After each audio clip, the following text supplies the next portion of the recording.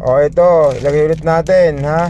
Kailangan makuha nyo itong mga bossing. Katas to nung ano eh, yung benta natin eh. Pag may benta may ganito ha, 3,000. Kuya Will talagang panalo lagi sa pagtulong. Hindi mapalabang pagkatama ang sinusulong. Lumalaban ang bata sa kung kinakailangan. Tutulong at tutulong sa mga nangangailangan. Kita sa negosyo ay ibibigay pa upang ang mga kapos ay kanyang maisalba. Ganyan siya kabukas palad. Kung kaya't mapalad laging mapagkumbaba. Kung kaya't inaangat. Hindi man kumita ng malaki ayos lang. Basta matulungan niya mga nangangailangan. Laging prioridad niya makatulong sa kapwa. At kailanman di nagkatubili at nagsawa. Walang pagod kung dumiskarte. Para sa iba ay makatulong lagi.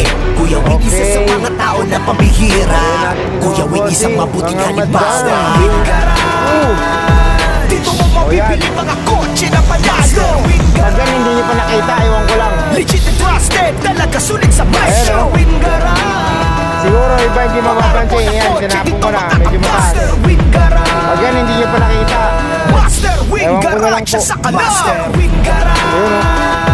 Dito mo mabibili mga kotse na panalo. Huling nyo na kasi meron pa tayong sunod na Legit meron and pa yan. trusted, talaga sulit sa presyo. Yan. Pangarap mo na kotse, dito makakapal. Master Wing Garage sa Kalam. Okay mga bossing, kunin nyo na siya, ayan o.